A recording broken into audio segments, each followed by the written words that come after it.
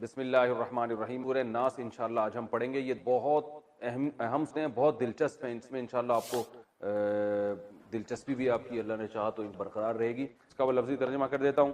قل اعوذ برب الناس, کہہ دیجئے کہ میں پناہ مانگتا ہوں لوگوں کے رب کے ذریعے. ملک الناس, ملک الناس جو لوگوں کا بادشاہ ہے. الہ الناس جو لوگوں کا معبود. اب کس چیز سے پناہ مانگتا ہوں؟ من شر الوسواس, وسوسے ڈالنے والے کے شر سے. الخناس جو کہ پیچھے ہٹتا ہے.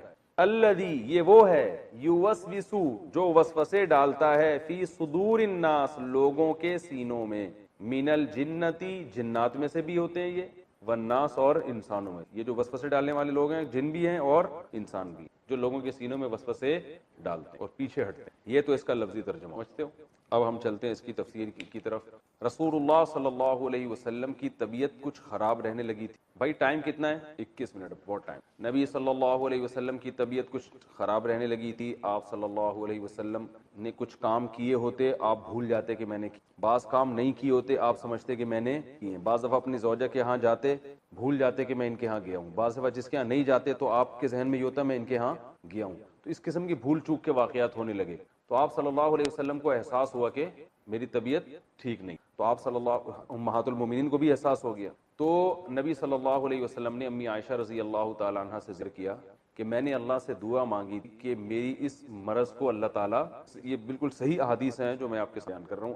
تو رسول اللہ صلی اللہ علیہ وسلم نے فرمایا امی عائشہ سے کہ میں رات کو جب لیٹا ہوں بستر پہ تو دو فرشتے انسانی شکل میں میرے قریب آ کے کھڑے ہو گئے, ایک میرے سرہانے پر اور ایک میرے پاؤں کی طرف, اور دونوں کھڑے ہو کر آپس میں بات کرنے لگے. ایک نے کہا, دوسرے فرشتے سے کہا کہ تمہیں معلوم ہے کہ محمد صلی اللہ علیہ وسلم کو کیا مرض ہے, ان کو کیا بیماری ہے؟ دوسرے نے کہا کہ ان پر جادو ہوا ہے. تو فرشتے نے پوچھا کس نے کیا جادو؟ تو انہوں نے بتایا کہ لبید ابن اسم ایک یہودی ہے, اس نے جادو کی. تو پھر ایک فرشتے نے, یہ کانورزیشن ہو رہی ہے آپس میں, جو انسانی شکل میں آئے تھے ان کی آپس میں بات چیت ہو رہی. اس نے کہا کہ کہاں کیا ہے اور کیسے کیا جادو؟ تو انہوں نے بتایا کہ بھائی یہ جو کھجور کی چھال ہے نا, اس پہ کیا ہے, اور اس کی جو کھجور کی ایک تانت ہوتی ہے, دھاگے ہوتے ہیں, ان دھاگوں پہ گرہیں لگا کے, ان گرہوں پہ جادو پڑھ کے یہ نبی صلی اللہ علیہ وسلم پہ یہ جادو کی. وہ تانت ہوتی تھی جس سے جو تیر کی کمانیں بنائی جاتی تھی پہلے زمانے, بہت مضبوط ہوتی تھی. تو کھجور کی چھال پہ کیا ہے اور تانت پہ گرہیں لگا کے اس پہ پڑھ کے, اس میں 11 گرہیں لگائی ہیں. تو وہ 11 گرہیں لگا کے اس پہ جو ہے نا کچھ پڑھ کے جادو کی. کہاں کیا ہے؟ تو بتایا کہ وہ بنو زریق کا ایک کنواں ہے, اس کنویں کے اندر اس جادو کو انہوں نے رکھا ہے. تو یہ وہ ان کی آپس کی بات چیت ہوئی اور وہ دونوں فرشتے چلے گئے. آپ صلی اللہ علیہ وسلم جب صبح اٹھے ہیں تو آپ صلی اللہ علیہ وسلم صحابہ کی ایک جماعت کو لے کر گئے, اس میں جا کے آپ نے تلاش کیا تو وہاں سے وہ اس کنویں کے اندر ایسے وہ جادو نکلا کی چھال تھی, اس کے اندر ایک دھاگا اور گرہیں لگی ہوئی تھی, جو بھی تھا حساب کتاب. تو نبی صلی اللہ علیہ وسلم نے اس کو نکال دیا اور اس کو دفن کر دیا. جب پھر اس کے بعد آپ صلی اللہ علیہ وسلم کی طبیعت ٹھیک ہوئی تو آپ نے پورا امی عائشہ کو واقعہ سنایا اور فرمایا کہ جب میں اس کنویں پہ گیا تو اس کنویں کا پانی ایسے گدلا ہو رہا تھا جیسے مہندی کا پانی ہو, اور اس پہ جو کھجور کے درخت تھے نا, ان کے جو پھل ایسے لگ رہے تھے جیسے سانپ کے پھن. بڑا ایک وحشتناک قسم کا منظر. تو حضرت عائشہ رضی اللہ تعالی عنہ فرماتی ہیں کہ یا رسول اللہ آپ نے اس کو جلا کیوں نہیں دی؟ تو آپ نے فرمایا کہ اس سے اور زیادہ شر. اس کی محدثین نے, شارحین نے وجہ بیان کی ہے کہ وہ اگر وہ جلاتے تو سب کو پتہ چل جاتا اور باتیں بنتی, اور ظاہر ہے برائی کا تذکرہ جتنا ہوتا ہے اس سے شر اور زیادہ پھیلتا ہے, لوگ وہ طریقہ سیکھ لیتے جادو کا. تو اس لیے آپ صلی اللہ علیہ وسلم نے اس کو کیا کر دیا؟ دفن کر دیا. تو اس کے بعد یہ دو صورتیں نازل ہوئیں, سورہ فلق اور سورہ ناس, اور ان کو پڑھنے کا نبی حضرت جبریل نے آپ صلی اللہ علیہ وسلم کو حکم دیا کہ رات کو آپ ان کی تلاوت کریں.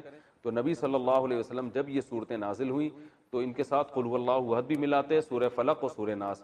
یہ تینوں صورتیں آپ جب بھی رات کو آرام فرماتے, تینوں صورتیں, اس کا سنت طریقہ کیا ہے کہ بغیر بسم اللہ کے آپ نے قل هو اللہ پڑھنی ہے, پھر سورہ فلق پڑھنی ہے, پھر سورہ ناس پڑھنی ہے. اس کے بعد آپ نے اپنے ہاتھ پہ پھونک مارنی ہے, پھر وہ جہاں جہاں آسانی سے ہاتھ چلا جائے وہاں وہ ہاتھ پھیر, پیچھے بھی اور سامنے بھی. پھر اس کے بعد دوبارہ یہ عمل کرنا ہے, تینوں صورتیں پڑھ کے پھر تیسری دفعہ یہ عمل. تو یہ طریقہ نبی صلی اللہ علیہ وسلم نے ہمیشہ اس کو اختیار کیا تاکہ جادو سے آپ صلی اللہ علیہ وسلم کی حفاظت ہے. تو آیا کہ اس جیسی صورتیں پورے قرآن میں نازل نہیں ہوئی ہیں. تو اب سوال یہ پیدا ہوتا ہے کہ یہی الفاظ سورہ فاتحہ کے بارے میں بھی ہیں. آپ صلی اللہ علیہ وسلم نے فرمایا کہ سورہ فاتحہ جیسی صورت پورے قرآن میں کوئی بھی نہیں. تو اس کی تشریح دوسری حدیث میں آتی ہے کہ آپ صلی اللہ علیہ وسلم نے فرمایا کہ بطور رقیہ کے، یعنی یہ جادو اور یہ جو ہے نا اس طرح کی چیزوں کے علاج کے لیے سورہ فلق اور سورہ ناس جیسی صورت پورے قرآن میں نہیں ہے۔ دوسری حدیث میں اس کی تشریح تو پتہ یہ چلا کہ سورہ فاتحہ جو سب سے افضل صورت ہے وہ اپنے مضامین کے لحاظ سے کہ اس میں توحید ہے، اللہ سے دعا مانگی گئی ہے،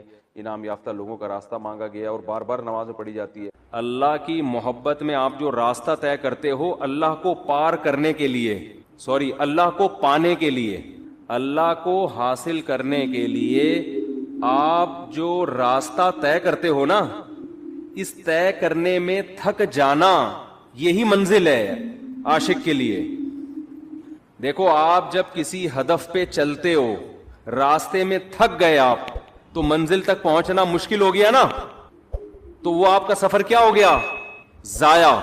لیکن حضرت مفتی تقی عثمانی صاحب رحمہ اللہ نے بڑا پیارا شعر کہا کہ اللہ کی راہ میں اللہ کو پانے کے لیے تھک جانا ہی منزل ہے۔ اللہ یہی چاہتے ہیں کہ تھک جاؤ بس، تم اس تھکاوٹ سے ہی میں ملوں گا۔ کیا کریں، وہ ذوق ہی نہیں ہے۔ ابھی میں کرکٹ کی باتیں شروع کر دوں، ابھی میں عمران خان پہ وہ سیاسی تبصرے شروع کر دوں، شادیوں کی باتیں شروع کر دوں، بہت مزہ آئے گا ایک دم۔ اچھا، جس کی زیادہ شادیاں ہوتی ہیں نا اس کو اللہ کی محبت کی باتیں بہت جلدی سمجھ میں آتی ہیں، کیونکہ دکھی دل ہوتا ہے نا، ٹوٹا ہوا دل، اجڑا ہوا۔ وہ کہتے ہیں مجھ سے اللہ کی محبت ہی کی باتیں کیا کرو، عورتوں کی باتیں مجھ سے، یہ کنواروں کے شوق ہیں کہ اللہ کی محبت کے بجائے خواتین کی باتیں کرو، شادیوں کی بات۔ لیکن جب ہو جاتی ہے نا 2-3 تو پھر آدمی کہتا ہے یار اللہ کی محبت کی باتوں میں اللہ نے بڑا مزہ رکھا ہے۔ یہ بھی ایک فائدہ ہے۔ تو حضرت یہ شعر پڑھا کرتے تھے بڑے مزے سے کہ یہاں تو عین منزل ہے تھکن سے چور ہو جانا۔ پھر حضرت ایک اور شعر پڑھتے تھے، مجھے تو شاعری کا زیادہ ذوق نہیں ہے تو مجھے پورے شعر یاد نہیں رہے۔ وہ ایک اور شعر پڑھتے تھے، بس ایک بجلی سی پہلے کوندی پھر آگے کی کچھ خبر نہیں ہے، مگر جو پہلو کو دیکھتا ہوں تو دل نہیں ہے جگر نہیں ہے۔ یعنی اللہ کی محبت میں ہم دل بھی گواں بیٹھے اور جگر بھی، پہلو کو دیکھ رہے ہیں تو نہ دل نظر آ رہا ہے ہمیں نہ جگر نظر آ رہا ہے۔ تو محبت کے اصول تو کچھ اور ہوتے ہیں نا، اس میں تھوڑی انسان پابند ہوتا ہے۔ آپ نے اپنی محبوبہ کو ٹائم دیا 10 منٹ کا ملاقات کا، تو ایسا تھوڑی ہوگا آپ اینڈ ٹائم پہ پہنچے، ٹھیک اسٹاپ واچ لگا کے 10 منٹ کی میٹنگ ہوئی، اچھا جی میٹنگ برخاست، ہمارا آپس کی میٹنگ 10 منٹ کی طے ہوئی تھی، چلتے ہیں، آپ اپنا خیال رکھیے گا، مجھے بھی میرا بھی رکشا کھڑا ہوا انتظار کر رہا ہے۔ ایسے ہوتا ہے؟ وہاں تو ٹائم ویسٹنگ ہی کیا ہے، مطلوب ہے، وقت کا ضائع کرنا ہی عاشق کے لیے کہ بھائی ٹائم ویسٹ کرو، ہم آئے اس لیے ہیں۔ ہاں کوئی بزنس کی میٹنگ ہو رہی ہے یا کوئی کسی کو، اس میں آدمی ٹائم دیکھتا ہے، بھائی 10 منٹ 15 منٹ ہو گئے بس اب جاؤ یار، اپنا دماغ کیوں کھا رہے ہو ہمارا۔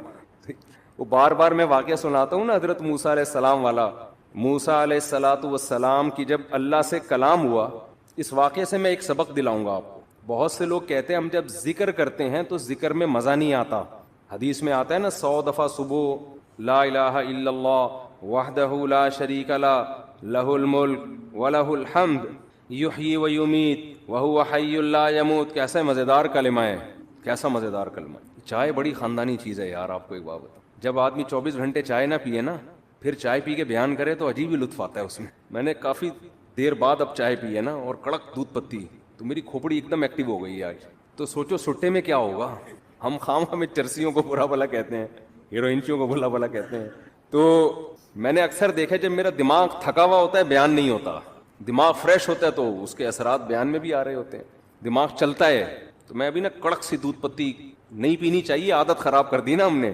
تو کیا کہہ رہا تھا یار میں، حضرت موسیٰ علیہ السلام کے واقعے سے میں ایک سبق دلاؤں گا۔ بہت سے لوگوں کو اشکال ہوتا ہے کہ یہ جو ذکر اللہ ہے نا، معاذ اللہ یہ ٹائم ویسٹنگ ہے، نہ ہم کوئی ترقی کر رہے ہیں اس میں، نہ ہم انسانیت کی خدمت کر رہے ہیں۔ اب آپ جتنا دیر ذکر میں لگاتے ہو، یہ لا الہ الا اللہ کی تسبیح کتنی مزیدار ہے، لا الہ الا اللہ وحدہ لا شریک لہ لہ الملک ولہ الحمد۔ بعض روایات میں یحیی و یمیت بھی ہے، بعض میں اس کے بغیر بھی ہے، یحیی و یمیت وہو حی لا یموت وہو علی کل شیء قدیر۔ یہ حدیث میں آتا ہے جس نے 100 دفعہ صبح پڑھا تو کوئی شخص اس سے زیادہ نیکیاں اپنے اعمال میں جمع نہیں کر سکتا سوائے اس شخص کے جو 100 سے زیادہ دفعہ پڑھ لے۔ اب یہ جو ہمارا پڑھا لکھا طبقہ ہے نا، وہ کہتا ہے یار یہ ٹائم ویسٹنگ ہے۔ یہ کیا ہے بھائی، اتنی دیر میں کسی غریب کو کھانا کھلا دو، کیا خیال ہے؟ آپ نے دیکھا ہوگا نا کچھ لوگ مسجد میں بیٹھے ہوتے ہیں، لا الہ الا اللہ لا الہ الا اللہ ذکر کر رہے ہوتے ہیں۔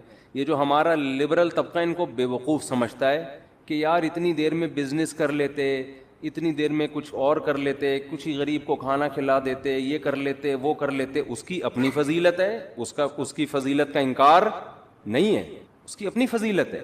وَيُطْعِمُونَ الطَّعَامَ عَلَى حُبِّهِ, ہمارے نیک بندے ہماری محبت میں غریبوں کو کھانا کھلاتے ہیں. کھانا کھلانا اپنی جگہ, لیکن ذکر کی فضیلت اپنی جگہ. ذکر کی اتنی فضیلت ہے کہ رسول اللہ صلی اللہ علیہ وسلم نے ایک حدیث میں فرمایا کہ صحابہ نے پوچھا یا رسول اللہ سب سے افضل عمل کون سا ہے؟ آپ صلی اللہ علیہ وسلم نے فرمایا اللہ کا ذکر کرنا, یہ جو تسبیحات ہیں. صحابہ نے عرض کیا یا رسول اللہ کیا جہاد سے بھی افضل ہے؟ یعنی ہم تو فرسٹ ٹائم سن رہے ہیں, ورنہ ہمیشہ ہم نے سنا سب سے افضل عمل کون سا ہے؟ جہاد ہے. آج ہم فرسٹ ٹائم سن رہے ہیں کہ سب سے افضل عمل کون سا ہے؟ ذکر اللہ. آپ نے فرمایا جہاد سے بھی افضل.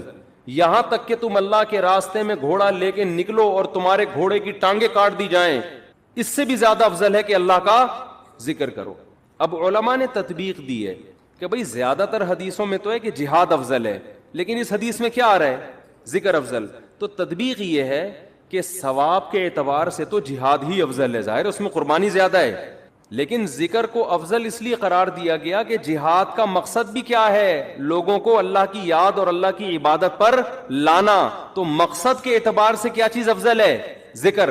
کیونکہ جہاد مقصود نہیں ہے, ذریعہ مقصود ہے.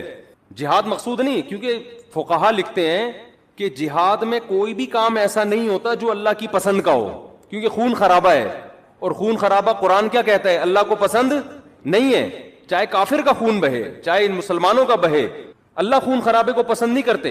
لیکن اس لیے خون خرابہ پسند کیا جا رہا ہے کہ اگر یہ نہیں ہوگا تو تمہارا خون خرابہ ہو جائے گا پھر, صحیح ہے نا.